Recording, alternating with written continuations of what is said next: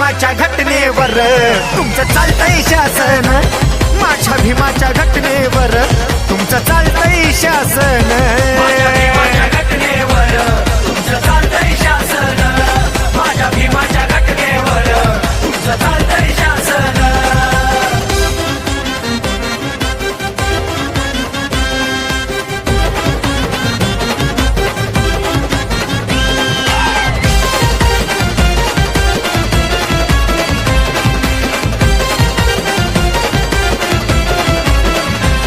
आमच्या 17 पिढ्या त्या नरकात भत्या स्वर्गात आणलंय आम्हाला.